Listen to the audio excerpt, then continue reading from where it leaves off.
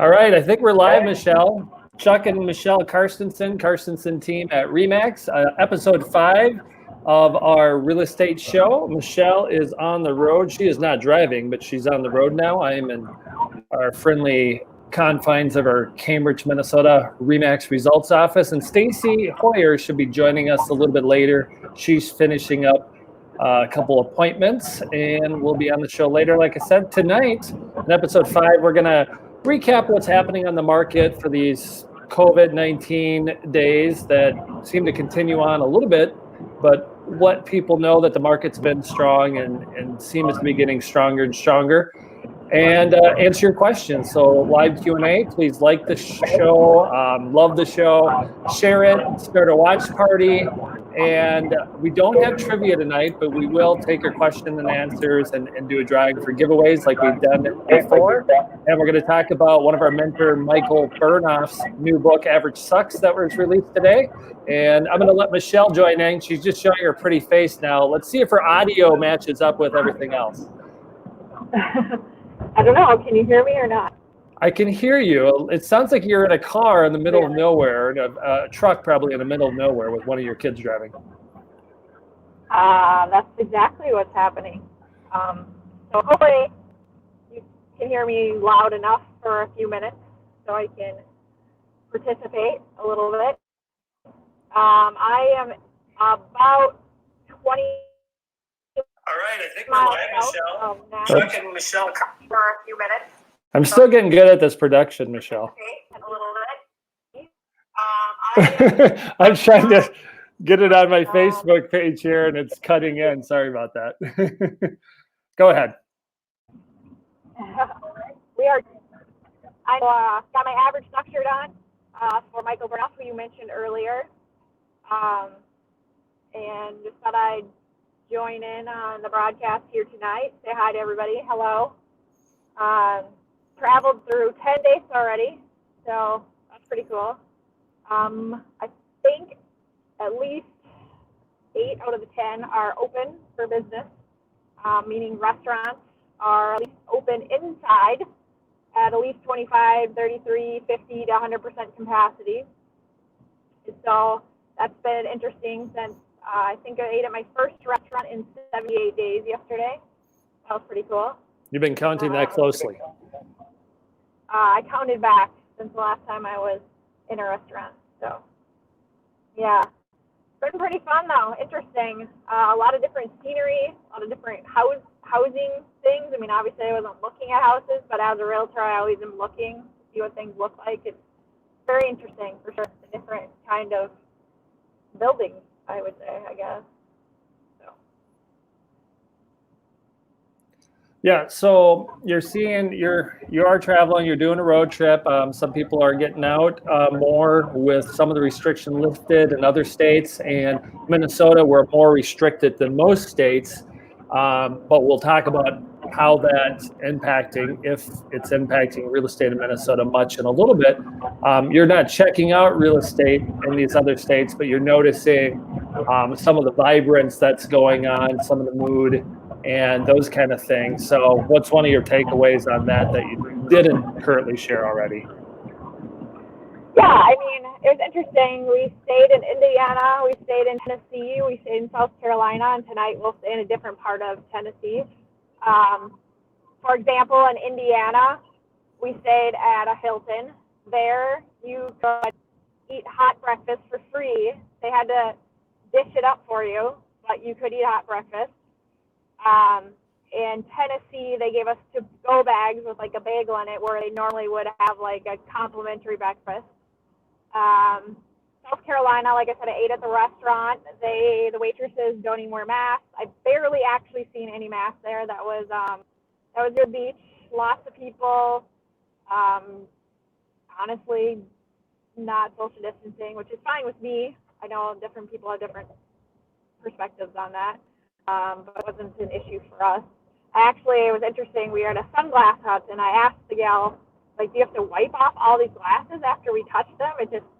Where we're from, like, we can't even go into it for long, touch something. And, I'm not saying that. I mean, I know we go to Walmart and grab, like, groceries and put it back on the shelf. But she she's like, no, we would never be able to keep up with wiping them off, so not mandatory to do that. And I was like, oh, that's interesting. So yeah, that was that part. But we stopped at gas stations. Obviously, some people have masks on, some people don't. Some people, again, don't stay away from you. Some people stay away from you. Just different to take this road trip during a time, during a pandemic, where it's like, wonder what's going on outside of Minnesota, because haven't gotten out much, obviously. So, but yeah, they said the tourism in South Carolina is definitely picking up, obviously, because they are open, and you really can't blame people, but people riding bike, exercising, and on the beach, of course. So different. But I would say as Minnesota hopefully progresses and opens more stuff up, then the market can continue to change. I know I looked at some, which you'll show later, probably when I'm not on, some of the stats from this week, and it continues to go up and up and up. So I can only imagine this is probably a good time to buy before even more buyers are out, like looking at houses than they were last week. I mean, I feel like it's even going to get more of a spring market in the summer than it's ever been before, because people were waiting, and now it's just building and building and growing. So definitely can see where other states are open, we're not open. Just depends on what you look at, what you read, I suppose, and what you believe and what you don't believe, and all that combined, I suppose. I'll come back on, Michelle. Yeah, thanks for sharing all that. And real quick, I know you're going to only be on for a little bit since you're on the road, and then we're thinking Stacy's going to come on probably about 7:15 with me, assuming she gets to her destination in time. Otherwise, I saw Melissa. She said hi. Like, Melissa, you might have to click on this link so I'm not flying solo in a little bit, and you can come on the show. We're begging people to come on the show tonight. Which brings up one more point I want to bring up in a little bit here and talk about. We've been doing this show for the last 5 weeks on a Tuesday night. We're going to change the time as we hit June to probably a daytime show, which we know will get potentially less viewers, but maybe not. And partially it's just because when we're helping people in real estate in the summer, there's either people get stuff going on in the evening, or we're meeting with clients more in the evenings going forward, because we think June, July, August is actually going to be our spring market that we normally get March, April, May, due to things starting to unwind and come loose a little bit from COVID. So just so you know about that. Michelle, your thoughts probably on that, and then I was going to have you talk about Michael Bernoff's book that we were going to mention here, one of the people we work with for quite a few years. Yeah, just like I mentioned a little bit ago, I strongly believe, looking at stats, is with COVID, coming out of COVID, and we're going to continue to come out of COVID. I think, even, okay, obviously I was in southern states, so it's warmer there, so I think if it's as correct, when it's warmer, it'll be better. Let's hope that continues. But coinciding with the market, I think that continuing to come out of COVID, the market's going to heat up and be stronger than it's ever been probably in a long time in the summer. That's why we see like the showings going up for the same day in the market as last year, because usually in the spring market, somewhat like March, April, May. Now we're heading in June.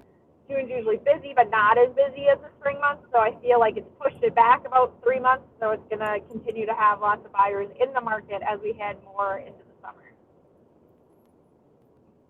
Yeah, exactly. And some people who are waiting are now starting to finally realize you can list your house for sale and people are buying. Like, we've been doing transactions, meaning we've been helping people buy and sell all throughout from day one when COVID hit. But some people have been like, wait, I can't do that. Some people have been, wait, I shouldn't do that.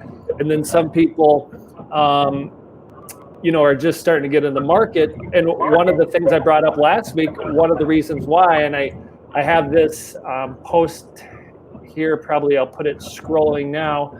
Again, we talked last week about tell me what your dream home is. What's been happening, people have been stuck in their homes, so they're realizing, hey, I don't like this home. Maybe I should go do something else. Or some people have now been working from home more than ever, and their workplace is allowing them to work from home. So they're like, why don't I get out of the city and go out to the country or go out to a lake home? So we're seeing people start to look further out now again. And for some of those reasons, yeah, go ahead and post your dream home again like we did last week. And then also that's something that people are beginning to realize and think, yeah, maybe this is now when I should make a move because I'm sick of this house that I've been stuck in more than I used to be. Yeah, I mean, I agree. I think that we'll see the traffic coming out of the cities more and more this year than we were last year because I think people are definitely leaving. Either they're staying totally in place or they're leaving. Like I just took a trip across the country. We'll end up driving like 3,200 miles. Super amazing, but people want to get out. When you're trapped in your house, which is what it felt like, no, I was trapped.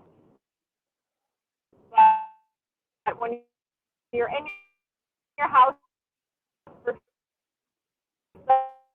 so you're cutting out, Michelle. oh my gosh, I got to do anything but be in my house. Okay. I just saying, like, people get to start thinking, like, what don't they like about their house and where would they rather be than in their house? And sometimes that brings a change in wanting to sell your house and move somewhere else. Correct. Yes, you're cutting out a little bit there, so you must be going through some low signal areas. So, I always remind people having up front, this gets, this is live right now. We are live if you're watching this right now between 7 and 8 p.m. Central Time, but you'll see the video recording, and a lot of people will actually download this on our podcast, and people will listen later, and they won't hear Michelle very well, and they'll get complaints, but that's okay. We're flexible here. We're adaptable to what's going on. One week we had Stacy on a lake, and now Michelle's got 2 drivers that are with her kids, but she is on the road tripping. So that's what's going on here. So continue to leave comments about even what we're talking about. We had somebody leave a comment about social distancing and what was happening in Wisconsin. Somebody leave a comment about, hey, I'm stuck in my home and I'm realizing maybe I want a different home. So feel free to continue to comment on those kind of things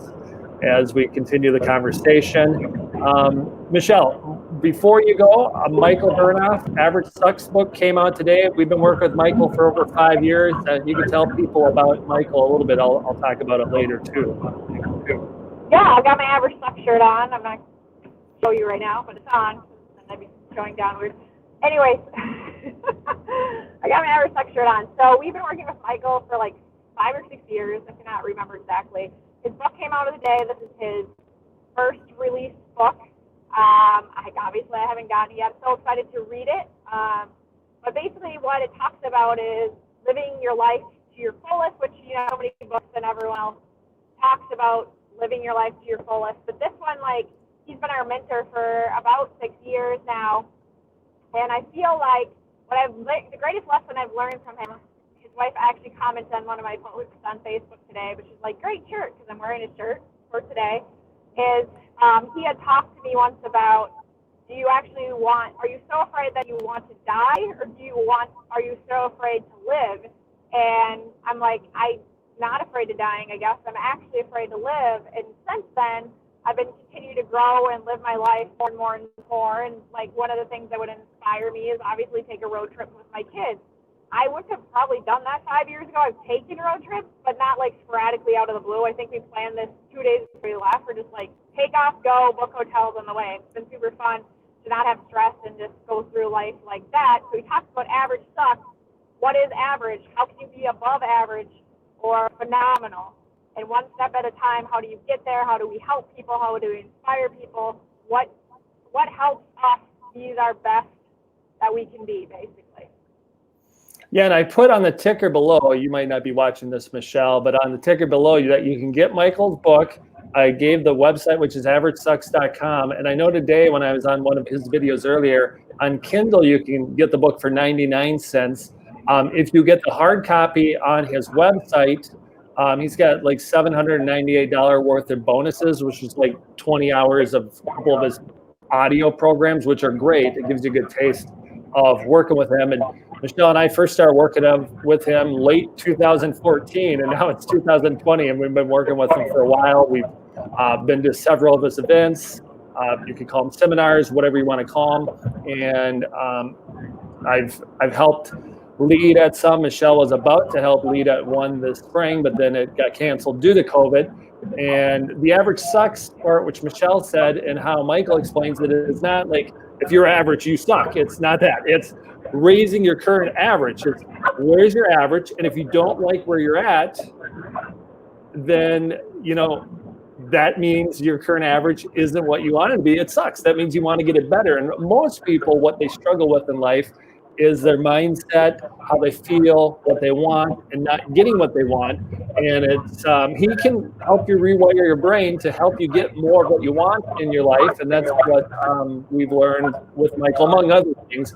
But to summarize it, that there's times where our average we thought was okay, but we thought, no, we want better. That's where our average sucked, and we've made it better and been working on it. And I continue to work on it all the time. So if you don't have the life you want, we highly recommend this book. And like I said, 99 cents. And in fact, one thing I said I do today, if somebody wants the book, anybody who would like the book, the hard copy book, I'm going in and ordering a few tonight online for my family. I'm going in and ordering some. So if somebody hey, this sounds good. I want to raise my average. I want to have the life I want. I want to, up my game. And if somebody is interested in the book, one of your comments could be, yes, I'd like the book. If you'd like the book, comment below. When I order some books, I will order some extra. Now, if I get like 30 people who want the book, I'll probably do a drawing. But if I get 2 or 3 that say, hey, I want the book, I may just buy the book and send it to you as well. One way or the other, it'll be a prize. One person will get an average suck book tonight. But the more comments, then the more I'll give away, and we'll do a drawing for a book. So definitely comment below to get your average sucks book. Your thoughts, Michelle? No, for sure. Like, I'm so excited to get this book. We have friends of ours that we've met through Michael Bernoff that have read the book already, and they absolutely love it. Couldn't even put it down. So super excited to read it. And like he said, he's willing to give a couple people a free book if you're going to read it and want to actually take a look at a personal development type of book to take one step to better yourself. Or yes, the Kindle book for this week only is 99 cents. So if you want to just download it and read it right now, it's 99 cents on Amazon, right, Chuck? I think you go to Amazon and download it. That's where he's been telling people to go. I've got his link directly to his website, but yeah, go to Amazon.com is probably actually the best for the Kindle. And I think if you went to his average sucks page that I have the link in the line, averagesucks.com, you can order the book, order a few books, and then get the free audios that way. So that's where that is. Yeah, I think on his Average Sucks website, if you order the hard copy book, it's a signed autograph book. So. I'm gonna post a couple comments here. Mm-hmm. And there's Stacy. Stacy's in the background. So we'll let Stacy get freshened up, and then we'll probably pop her on. And I know, Michelle, you talked about maybe leaving when she got on, since you're on the road, and a little bit different quality of audio. So any final thoughts you have before we go? One of the questions, Michelle, maybe you could answer quick. What's a first step to selling your home during COVID-19? What extra precautions do you take? We've mentioned it before, but we know we have new audience each week, so we got to mention it again. Yeah, so first step, if you're wanting to sell your home, obviously contact an agent, us preferably, but many great agents out there. But first step in selling your home would be to contact an agent, talk about what time frame you're looking at selling a home. You want one of us to come out and view your house. Sometimes we can do that by video if you don't want anyone in your house yet, but usually if you're ready to get your house listed on the market, the precautions we use are we can have sanitizer there. We can have signs to make sure people take off their shoes is very important. Wear gloves, wear masks. Just depends on the seller on what they want is what we kind of follow along with. That's what we've been doing when we help buyers and sellers. But during COVID, the listings continue to rise. The prices have not fallen. We probably didn't mention this yet, but the prices of the market have not fallen at all. So if you're concerned about should I list my house now during COVID or not, definitely still time to sell your house here during this time, especially heading into the summer peak where people are actually starting to get out and look more, and more buyers are out looking with lots of showings happening on our listings currently. Yeah. So, and also, like Michelle said, it's kind of the seller. Some of them are specific. We want you to wear a mask. We want you not to touch anything. We want you to wear gloves. Some are more just going to have the lights on. and make sure we limit our touchings. And some people might have hand sanitizer out. And then, like I said, we can do the video tours and you can look at it that way. And then the other thing I was going to mention, pre-approvals, I highly recommend don't be looking unless you know you can buy a house. If you got low credit, no chance of buying a house, just don't go in other people's houses. And we get calls on that all the time. We get it. It's, something to do, or you're hoping if we show you a house that automatically a credit score raises 100 points so you can buy a house. But no, you want to have a good enough credit score to be able to buy a house. So you should be pretty readily able to buy a house if you're looking now, would be one of the main things for buyers. So it looks like Stacy's ready. You're going to say goodbye, Michelle? Yeah, we just got to the hotel, so I'm sure the kids want to get out of the truck. All right. Sounds good. Thanks, Michelle. Stacy, I'm going to bring you on. Everybody. Bye. Hey, Stacy. Hi. I'm all set, I think. You're taking we'll see over. How many distractions we get. Okay, you're taking over for Michelle. She had poor audio. She's on the road, and we can hear you better. And Perfect. what are your distractions, Tracy? 3 kids, a husband, and 2 dogs. Okay, so does the dog normally tackle the computer, or does the husband tackle you because he hasn't seen you all day? That too.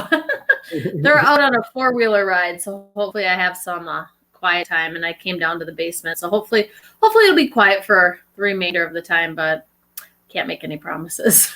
All right, sounds good. So today, and I give you a little prep. We prep a lot here. If anybody's listened to KFAN Sports Radio, Dan Cole, the Common Man, I think he preps for his show more than we prep for our show, other than we know what's going on in real estate, and we're talking about real estate. So comment below with any of your questions on real estate. We'll answer as many as we can.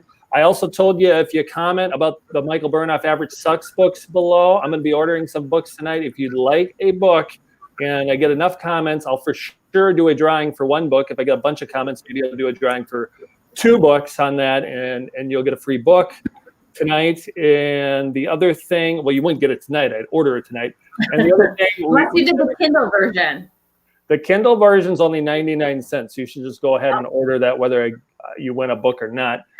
And then you can comment. Last week, we're kind of continuing our discussion about what's your dream home. Plus, I did want to talk more about what's happening on the market with COVID-19. We just answered a question about preparing your home in COVID-19. So, Stacy, COVID-19, to me, it started where they started shutting down stuff in Minnesota. I remember it was a Friday. I think it was like March 12th, because of March 11th, my son, Cambridge High-Sandy basketball team, he plays on the team. I mean, he didn't play a lot. He's a junior, and they had a good senior class, and they made it to state, and then they played the game. We're practicing the next morning, getting ready for state, and all of a sudden, nope, everything shut down. There's nothing there. A couple days later, bars and restaurants shut down. So since then, we've had basically no sports, no bars and restaurants, although Michelle drove several states to go to a bar and restaurant and Sound Alike. But other than that, and I know for a fact you can go over to Wisconsin and some of the bars are open. But other than that, that was kind of the period things started. But what's been happening in real estate is that real estate's still pretty active. And Stacey, going into this, did you think prices would stay the same, go up or down? Didn't know. And what would you tell people about the prices and market now that you've been into this for about 12 weeks? So at first, I was really concerned about what the market would necessarily do. Personally, from my own standpoint, like, is everyone going to freeze? Is everyone going to pull out? Are people going to stop looking? Like, what's going to happen? And then, quite honestly, I'm quite surprised on the number of homes that are still going on the market every single day. Whenever I look on the MLS, and I'm like, wow, I think it was Friday, the last time I had looked on Friday, like 400 plus homes went on the market live on Friday. And I was like, that's pretty typical for any given market, whether it's in a quarantine or pandemic or not. So, I mean, in that standpoint, the market hasn't changed a ton. The way we look at homes, absolutely, that has changed. The prices of homes, I really don't feel like that has gone up or down. I feel like they're in the right spot where they need to be, where this market is. And the homes that I'm showing to some of my clients that are going into the multiple offer homes are, generally speaking, the first-time home buyers that are between the sweet spot, between that 180 and 225 spot is the homes that I'm noticing going into multiple offers. And like the other homes that are a little bit higher priced are staying on the market a little bit longer and taking a little bit longer to sell, which it's pretty typical for what you would normally see in our spring market and what I experienced last year with the market. Yeah, exactly. So Mm-hmm. we have searches set up for people. You send, some of the people you're working with listings. I have a bunch of listing searches set up for people. I will refresh a listing search for maybe somebody who's not super hot to buy right now. Mm-hmm. But I know they're looking in the next few months or said keep this search going, and I'll look through it, and maybe it's got in that price range you just mentioned. Yeah. 25 homes that came up in, let's say, the last 10 days. 21 of them are sold, and there's crazy. Everything in that price range is pretty much selling. And then that next price range you talked about, they're selling eventually, but there's more resistance. Yeah. And I think I wanted to answer a couple of questions on here. One was from Leroy. Is it better to look for a house now or after the pandemic? You can get both mine and Stacy's answers. It really depends on your situation. I would say once people feel better, there's more people going to be out looking. And if there's more people out looking and not that many more people selling, it's supply and demand. It'd be bad. It'd be really hard to find a house. And like Stacy said, and I mentioned in that, say if you're buying a move-up home, it'd actually be smart to buy now. If you're buying a high-end home, probably isn't going to matter as much. I would probably go for it now, though, because the sellers out there maybe need to sell a little bit more, or even if they don't need to sell, they might think, well, people are going to offer less. So on the high-end homes, I would definitely go for now. And on the first-time homebuyer homes, boy, they're always tough to get. However, what you say, Stacy, we've had some that we probably got now that we wouldn't have got if it was last year, just due to the pandemic. It made it a little bit easier for some people to buy, right? Yeah, and I would agree with that too, just because I feel as though those homes out my offers did get accepted in maybe multiple offers or maybe not multiple offers, was because we are out there. They're serious buyers. They're ready to go. And sellers didn't want a lot of people going through their home. Quite honestly, it was a comfort level for them. So I feel as though they probably were like, you know what, this is a good, solid offer. I don't want multiple parties coming through my home, touching everything and looking at it. So yeah, I would say that we have gotten more offers accepted now that probably wouldn't have happened last year at this time because of the pandemic. So, I mean, I guess there is some pluses to it, huh? Yeah. Well, yeah, I think it's been a little bit easier to buy now, and it will be a little bit easier to buy for a little while longer if it gets more loosened up. I don't know. It depends how many sellers release their house to the market. But to answer M's question and to answer M's question, I would say values. So year over year, values are a little bit up from this time last year. I think that's supply and demand. That's why it's not going down. Interest rates are low. Inventory is low because maybe 40 or 50% of sellers aren't on the market or held off or delayed enough where it just sporadically has spaced it out a little bit more on the listings. I think the market probably would have been a little higher. In retrospect, a little bit higher. Homes would have sold for a little bit more if it wasn't the pandemic. But year over year, they're still higher than last year. And they're as high as coming into the year people would have predicted. So in theory, projection-wise, it hasn't hurt it. I think it would have been a little bit higher if the pandemic didn't hit. But year over year, the prices are still up there because of the historic low interest rates. Yep. So another question we see, how important is staging when selling a house? You want to take that question, Stacy? Yeah, I mean, if the home is going to be completely vacant and you can leave some furnishings there, it is recommended. It just shows a little bit nicer. But if you are looking at maybe possibly hiring a staging company, yeah, I mean, it's not a bad idea for a new buyer to come in to be able to see what the home will look like when it does have furniture in it. I mean, generally speaking, bedrooms probably I mean, Chuck, you can maybe piggyback off of this, but I mean, generally speaking, bedrooms, I mean, everyone basically knows how a bedroom is going to be set up, but as far as like the general living areas, it is nice to be able to see how different people would set up a home and whatnot, like with the couches and how they place the TV. Because some people, it's hard for them to vision that. So if it's set up in the way that you have it set up, it's helpful for them. Yep. And I would say staging that price range we talked about, which Stacy said 180 to 225, it might be 250 in another area, it might be 280 or 300 in another area. Staging, you don't want it trash, like you're not trying to sell, but if you just make it clean enough and decluttered enough and a little touch-up paint, you don't have to do full-blown staging. If you're selling a $500,000-$600,000 home or a vacant home, like Stacy said, or a home that you want that's going to be a little bit more challenging to sell if you don't make it look perfect, then you for sure want staging. So it really is the price range, the area, and what you're offering. And that's what I would say on staging. I think Melissa, my wife, talked a couple of weeks ago a little bit about staging, and we do help, obviously, people when they're preparing their home. I give them tips on that.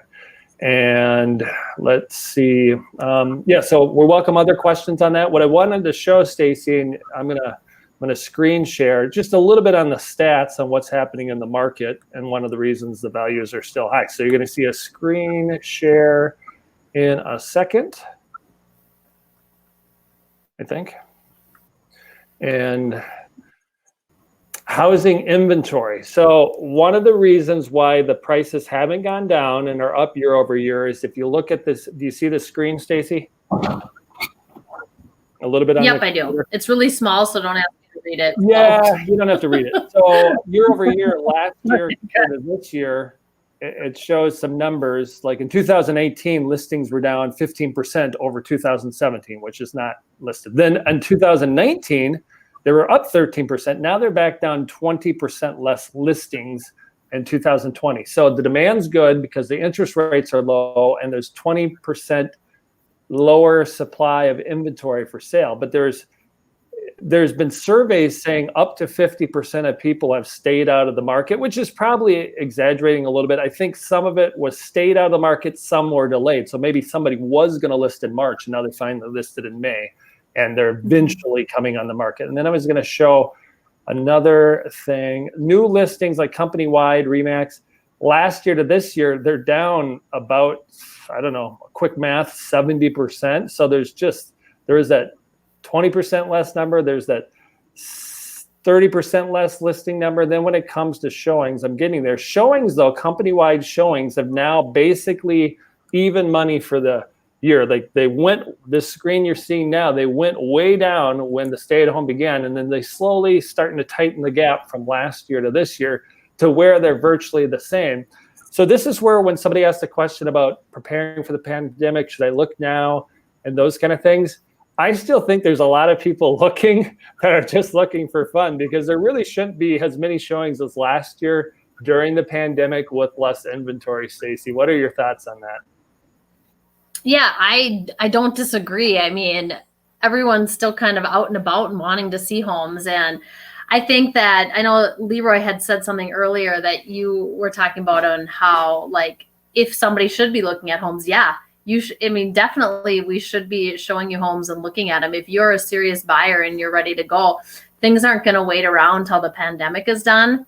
It's going to go whether there's a pandemic going on or not. So yeah. So, and my main concern that I mentioned a little bit, be pre-approved. My main concern is if you're not going to be buying, then you shouldn't be out potentially that slight percentage that spreading COVID, you shouldn't be doing that. That's why I don't think the showing should be as high. They should be less. Yeah.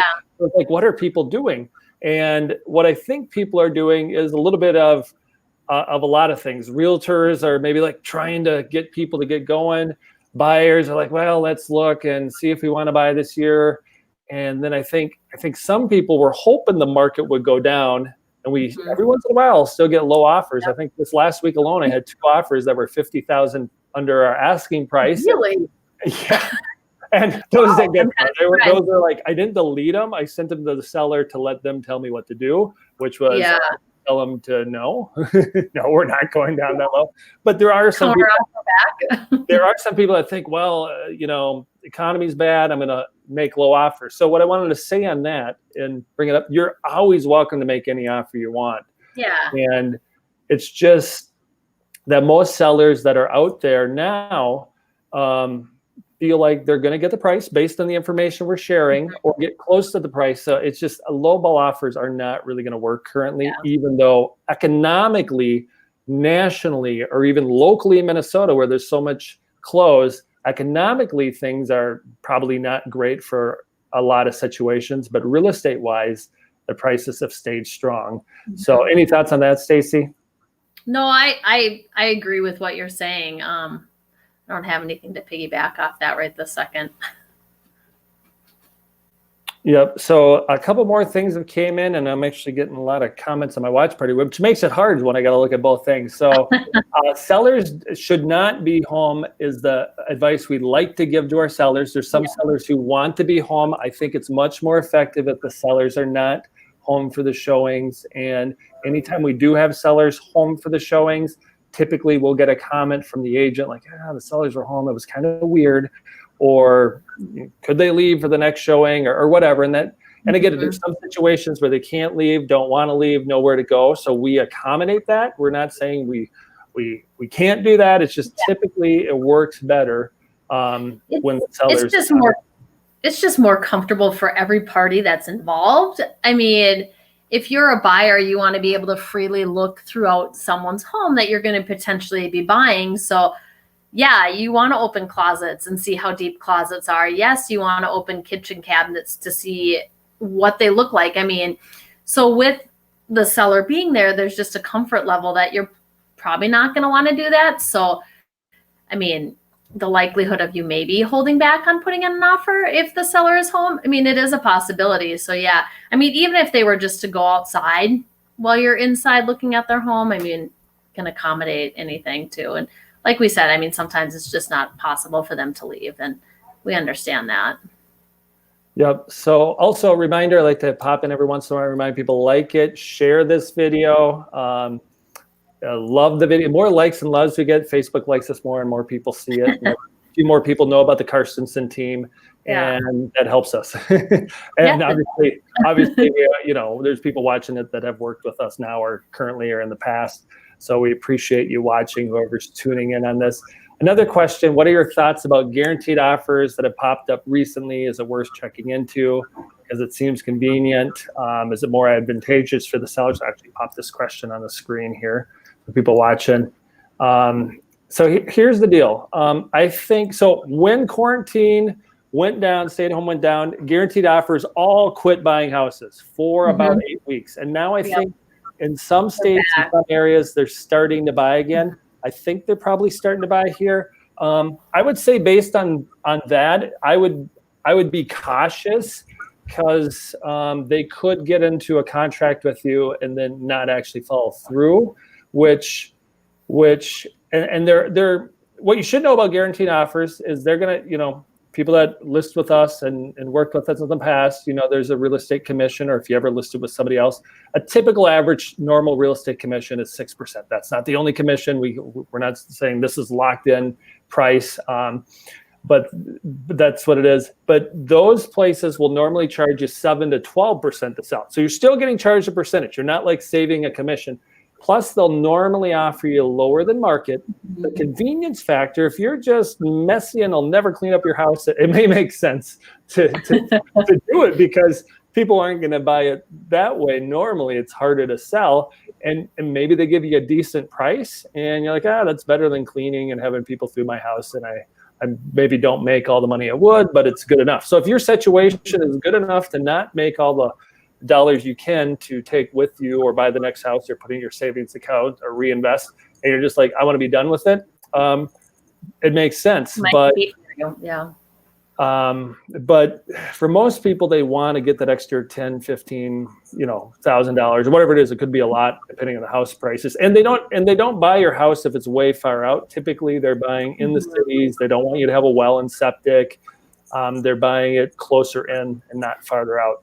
Well, and buying it too, to know that they can basically do a clean out, turn it around, and get it right back on the market. So they don't want to do a lot of work or anything like that to the home, other than probably the minimal, maybe slap some paint on the walls. I don't know if I've never looked into it, so I don't know if they would even consider doing like carpet and stuff like that. So yeah, I haven't sold one of theirs. I think we've showed a few of some of the different companies' houses, and they make them look a little bit better. They're trying to make some money, but they really weren't making a lot of money. There's a lot of cost to just do a little bit of upgrading to the house.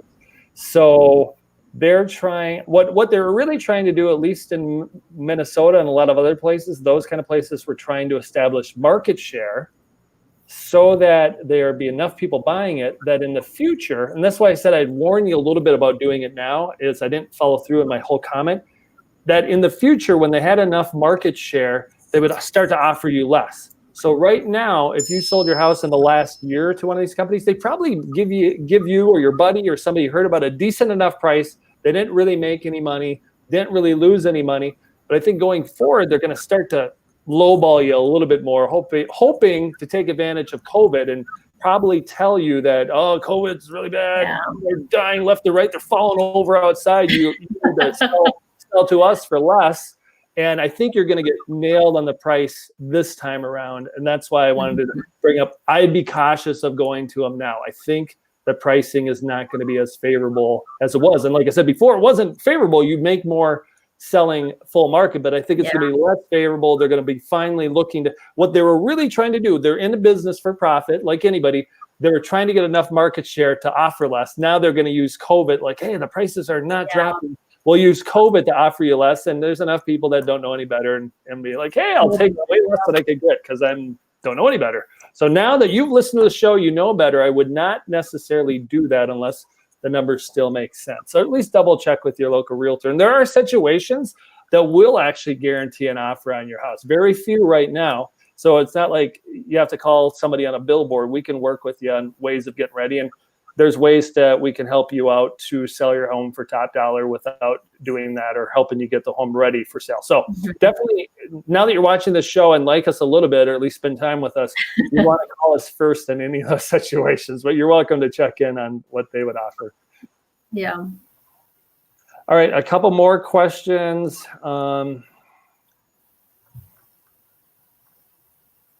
Is it negotiable to work with a realtor, the price they're selling a house for, and when is a good time to throw an offer to them? If so, like right away or waiting for a while? So I think Leroy's asking, is the house price negotiable? That might be one. Like the sale price? I think so. Stacy, you can answer that question a little bit. I mean, obviously it's negotiable. However, as us being the professionals, we will run comps in the neighborhood to see what other homes will be selling or had sold for, currently selling for, or sold for in the past, or pending transactions. We'll do a comparable market analysis, is kind of what a comp is, to see what the sale price would be for your home and then recommend it. So let's say we say homes in the area are selling for $200,000 and you want to maybe put it for $220,000. We can do that. However, the likelihood of it selling and appraising for above what everything else in the neighborhood is selling for is going to be harder. And that's where we kind of use, our knowledge to be able to talk to you through it and help you understand the reasoning behind our pricing, as well as what kind of listening to you and find out what your concerns are as far as how pricing you're thinking for your home as well. And then the question might have been also on, if we were to make an offer to somebody, when's a good time to do it? Can you negotiate? Yes, prices are always negotiable. So we're not saying, hey, they're getting their prices, so you can't negotiate. We're just saying most of the homes, especially in that first tier of prices, are selling for their price. They're really close. And then if you are to get an offer down, typically early in the listing, the seller's less negotiable. And then later, as a week or 2 weeks or 3 weeks or 3 months go by, the seller might be more negotiable on the price. So time on the market could be a sign that the seller might be more negotiable. But we've had several listings that at 3 months in, 5 months in, they get almost a full price offer, or two offers come in finally at the same time.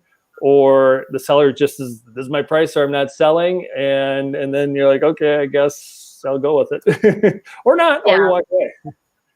Yeah, exactly. I mean, yeah, we want everyone to be happy at the end of the transaction and satisfied with the home they either purchased or sold. So everyone happy. Yep. So one more mention here. I am going to mention, I mentioned earlier, if you wanted to comment on the Michael Bernoff Average Sucks book released today, I've been working with Michael for a long time. Stacy's been to one of Michael events and he's probably been on several calls with Michael. 99 cents on Kindle. And the reason why I promote him, sometimes I've helped and served at his events, and he has, helped myself, my family, my oldest kids have gone there. My wife's gone there. Michelle's whole family's gone there. A lot of people we know we've sent there, and he does amazing things to help raise your average. And we want to make sure to get the word out and help him out, because we know what we send out comes back to us. That's one reason we like to give and share a lot. So if you would like that book, I'm going to order some books tonight. And if enough people comment below, I'll have a drawing for a book. Or I saw one person wanted the book for sure from what I saw in the comments. Maybe they'll just get the book because they're the only one that commented. So in the past couple of weeks, we've had mortgage guests. We had my wife, Melissa, who helps us with photography, talk about information on real estate. And then we've had a home warranty company. And then this week, in recapping what's happened in COVID, we've kind of did a good recap of what's happened so far. Prices haven't gone down. Interest rates are low. What do we expect going forward? Stacy, what are some of your thoughts on what we can expect the next 2-3 months, just in the short term? Yeah, I feel as though our spring market is going to our summers are going to be very busy. And I've kind of already preferenced my husband. I'm like, don't expect me to be around a bunch because I think I'm going to be pretty busy this summer. So I feel as though that now that people are going back to work a little bit more, more essential workers are going back to work. People are getting more hours at their jobs. When they were maybe furloughed for a while, they're all kind of going back around. So I feel as though within the next couple of weeks, we'll really start to see a bump in our buyers and possibly more sellers as well that are going to be looking to buy and sell. So I feel like it's going to be a busy summer, which I'm ready to tackle and take on. Yeah, so we told people at the beginning of the show when you weren't on, this is probably the last time we do the show at Tuesday at 7. We're going to pick a during the day time. We want to keep the show going and put content out there and be one of the few real estate teams that have a show. And especially a live show. There is a difference between doing a live show and doing a recording that you can edit. We can't edit this. I think every week we have some flaw with the audio up front. Or Stacy falls in the lake. No, you never fell in the lake that time. That was good. That would have been funny. Yeah. So I think, like Stacy, this is the spring market. We mentioned that. Up front. So and this is a funny thing about being live. I'm replying to comments on my watch party on my page while I'm talking here. It makes it hard, but that's okay. We want to keep our evenings open for our clients, because one of the things we told you is that these homes are selling quickly, especially in that first time home buyer price range. So if a home comes up now, we want to be flexible to be able to go show it at 7 o'clock tonight, where if we do a midday show, it's just a little bit different. More people are normally available in the evening.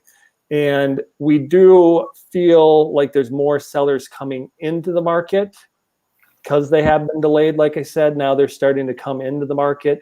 So that's going to give more options. A question we always get is, hey, are more listings coming? Yes, of course. But less than there would have been. Some people are literally pushing themselves out to next year or late in the year, or like, heck, I refinanced and I'm staying. I think I mentioned this. Refinancing is really, you should refinance if you're going to stay in your home for a while if you have a higher rate, because rates are low. But what that does is keep people in homes longer, meaning there'll be less inventory for the foreseeable future, not even like 2 months, for 2 years, 5 years from now. People are locked into a low interest rate and rates go up. They're like, I'll just live here forever. Yeah. And that keeps inventory low, and and there's always going to be buyer demand. And that's what keeps the market from going down. So there were a lot of talk about the market going down. I don't see that happening, even with the poor economic situations in other fields now. in Minnesota for longer. I don't really see it happening, although Minnesota probably is going to need to loosen up if COVID doesn't super strike us again. But I said this probably on our first show, if there were a lot of foreclosures, it takes at least 12 months to get foreclosed, several months to get on the market. And some of these banks just sell them wholesale off to investors. So we may never see a big round of foreclosures. And that's what drops the market. That'd be several months down. But so many people refinancing, so many people having low payments, so many people having great equity from buying a home a few years ago when the market was lower, just means less chance of people letting go of their house, which means less chance the market does go down. So people waiting for the housing market to drop to buy, like sometimes we get the comment, I'm just going to wait till the market drops. I told somebody kind of jokingly last week, so you're going to wait till 2032 to buy a house? And they're like, what? What do you mean? Like, yeah, probably won't have a significant drop for several years, like a significant bubble popping for several years. So if you're waiting for that, I'm not predicting that to happen. Yeah. Any questions you've been getting from buyers that you want to bring up in general, Stacy? I guess not specifically in general, just kind of, should I put an offer in? Should I wait? Or, are there more houses coming on the market? Which, there are every single day. It just really depends on what you're looking for in that price range and on the market. Yep. So I had a question too. When's our show? We're probably are going to be doing like a noontime show or 11 a.m. show. I don't know for sure.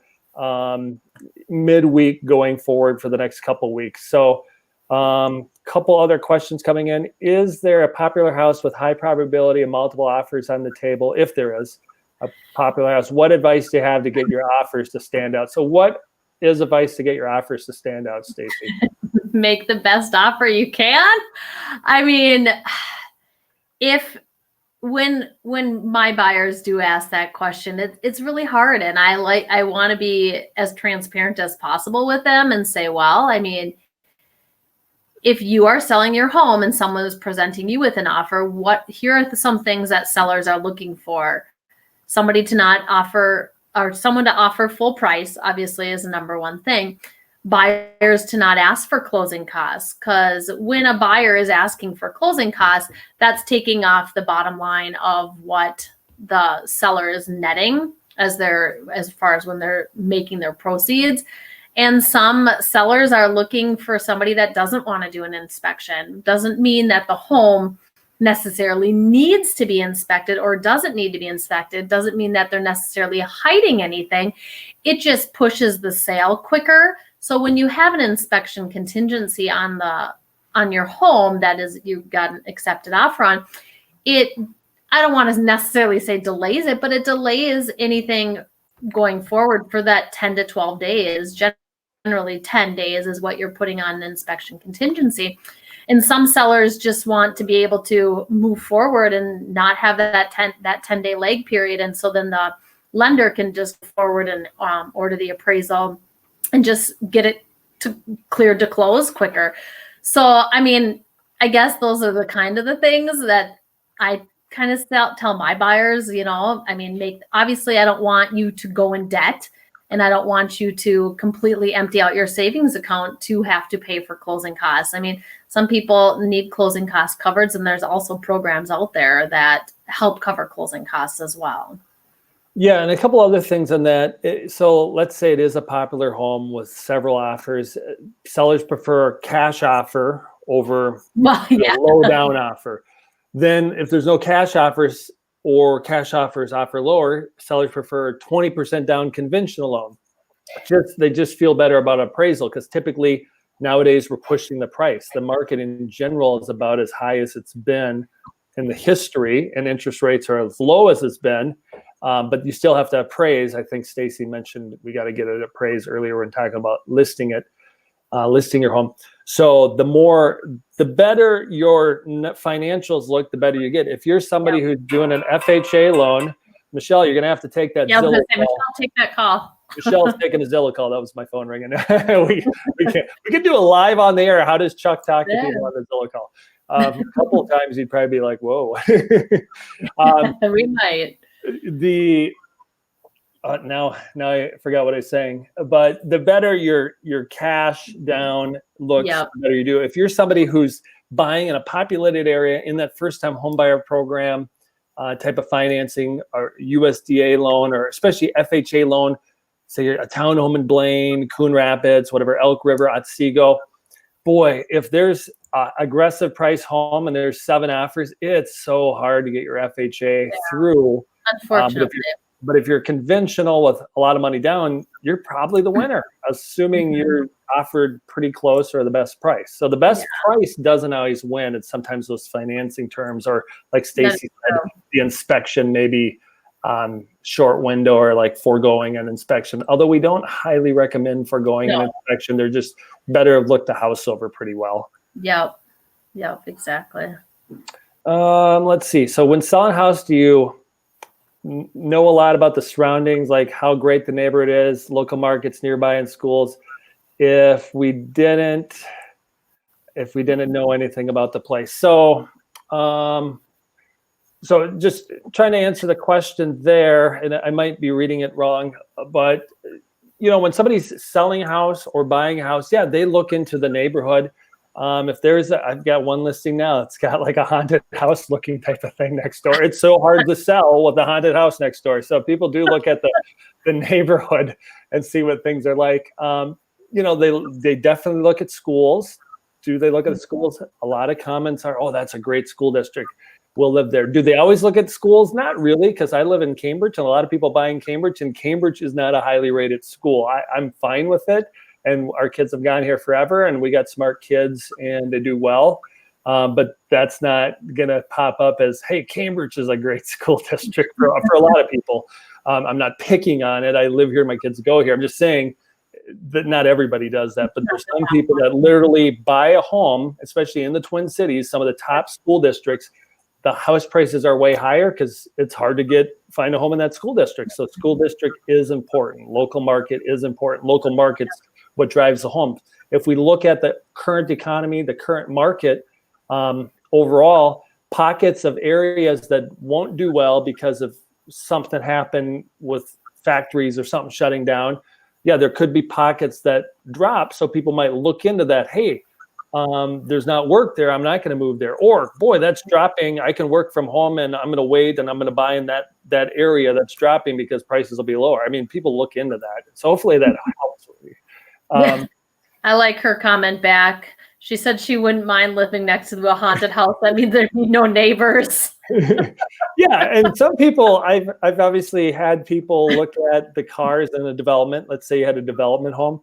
I remember one time years ago, I had somebody buy a home, and they bought it, and then they didn't like their neighbors, so they like rented it out and moved away because they didn't like the neighbors. They partied all night and drank a lot of beer and played loud music. And you might like to do that. You might love the neighbors, but these people didn't like the neighbors that did that all the time. So we're going to wrap it up here in a couple minutes. We'd like to keep it at about an hour. Stacy, you missed last week's show, right? Yeah, I was out with clients as well last week as well. That's why I popped on late this week. I was out with clients as well. So yeah. So typically Stacy, she goes like all over, when we talked in the past about we go all over. Stacy's always driving all over to help clients. So she's the hardest to get on the show. Like I try to send them to Michelle and Stacy to drive all over. That's right. Yep. I was west today, so I haven't gone away that very often. So that's normally where we send Michelle, but Michelle's way out east or wherever she is now. I don't know where she is. She can comment and tell us where she is. So a couple of reminders before we wrap up the show. Again, thanks everybody for your comments. Esther Westby, our assistant, does our drawings. We'll look through the comments, shares, likes, do the drawings, and award the gift cards like we've been doing. Most of you people are repeat people that probably have all won, so you keep coming back. Michelle, take that Zilla call. I got a loud ringer. Repeat people that keep coming back for more. That means they've won and want more gift cards. And I mentioned on the book one more time, comment if you would like the Average Sucks book. I'm going to be ordering some books tonight, and I'll draw for a free book for sure. And maybe if only have a couple comments, a couple people will get a free book, and that'll be prizes we give out today. Leroy has a question real quick before we leave. Well, go for it. Let's see. He's asking, how long does it take for the home buying process? A few days, weeks, or hours? Well, if you have a cash offer, you can get that closed in 10 days if it's a cash offer. Otherwise, generally speaking, when you are buying a home, I say 30 to 45 days. You can, if you have a good local lender and it's a conventional loan, I would say about 30 days. But I mean, as far as how many hours you want to spend, it depends on how many hours you want to spend looking at homes too. So it really depends on how quickly you're looking to get into a home. I would say between 30 and 60, 10 to 60 days. How about that? If that kind of answers it, it's kind of a wide range, but obviously a cash offer can close very quickly because you don't have to wait for anything to go through. Yeah, and to take it a step deeper, let's say you were thinking about buying and now you're starting the process, Leroy, and you've been thinking about it. We're not counting that, but let's say the moment you decide I'm going to get pre-approved and we send you one of our lender's links and you click on the link, you can fill that out. And a lot of them will get back to you the same day. And then they ask for some documentation to see, hey, can we approve you for a loan and how much can we approve you for? That process really only takes a couple days unless you're not super organized with your materials and documentation, then it can take longer. But let's say they could approve you in a day or two or quickly. Then you can go out, look at a few homes, and now there's not as many to look at. Pick your favorite one, buy it, and like Stacy said, close 30 days, 60 days, and probably no longer than 90 days. So it can go really quickly. Unless even it's starting a the development process loan right now. Just kind of as a side note, rural development loans do take a little bit longer to close. But yeah. So housekeeping stuff. Thank you again for watching. Please still like it or share it if we gave you anything you liked, or if you just want to pretend we gave you something you like, share it, love it.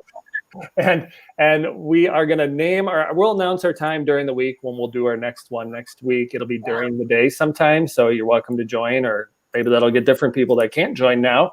We always download this audio and it goes on like Apple Podcasts. It goes to several other podcastable destinations under the Real Life Impact Show is what I had my season 1 of my podcast where I was interviewing people and talking about how they make a difference. And now since we've got this all set up, I just put the audio in there. And we do still try to make a difference. We try to have fun. We try to do the giveaways like we've been doing. And also, like I said, presenting Michael Bernoff's book. One of the reasons we do that, because he's helped us a lot. And we want to make sure other people can raise their average and do better in life. So if you have other real estate questions, sometimes they're personal. Sometimes you don't want to post them on the message board and like, hey, this is my situation. Reach out to us through, our information's on this Carstensen team page. Reach out to us with your personal questions and we can help you with those situations. And if you're in a different area, somebody's watching from Wisconsin sometimes or up in a different area and you want to make a move, we may not be able to help you directly, but we can pick the best realtor to help you with in that area. So we'd be happy to do that if you do need help with a realtor in a different area. So again, the market stayed strong. That's kind of the recap. It looks like it'll be strong as far as prices going forward, meaning prices aren't going to dip a lot, probably shouldn't go up a lot. Interest rates are low. So for a lot of people, it still makes sense to move. People stuck in their homes don't like their homes. Makes sense to maybe move or at least fix them up and then move. And if you love your home, that's great too. Just tell other people, how things are going. Because a lot of people, Stacy, wouldn't you agree? A lot of people think like because the economy's bad, because things are shut down, that real estate must be bad too. Do you know people that think that way? Yep. I met someone tonight actually that it was a third party that was at one of the meetings with the clients. And he's like, so it's actually going okay. And I was like, yeah, it's been great. We've been busy as a whole and as a team and just as market's going as well. And funny little tidbit he said is he's like, I've been quarantined at home. Now I want to sell my house. So, exactly. That's what we're kind of saying. Some people don't like their house or they now know their business, their job will let work from home. Like, if I can work from home, why don't I just go get that house out there that I'd rather have with a little more land or that house on the lake? And Michelle, she may have mentioned a couple weeks ago, she helped a buyer buy a home in Outing, Minnesota. And you might be like, where's Outing? Well, it's like past Brainerd. So, so we go all over for that. Again, thanks for tuning in. Stacy, thanks for joining. We'll do the drawing. You'll get the notice tomorrow on who got what, and look for that posted tomorrow. And thanks otherwise, for all the questions too. Yeah, great questions again tonight. So bye everybody, and we will be talking to you again at a time to be determined soon next week. Take care. Sounds good. See ya.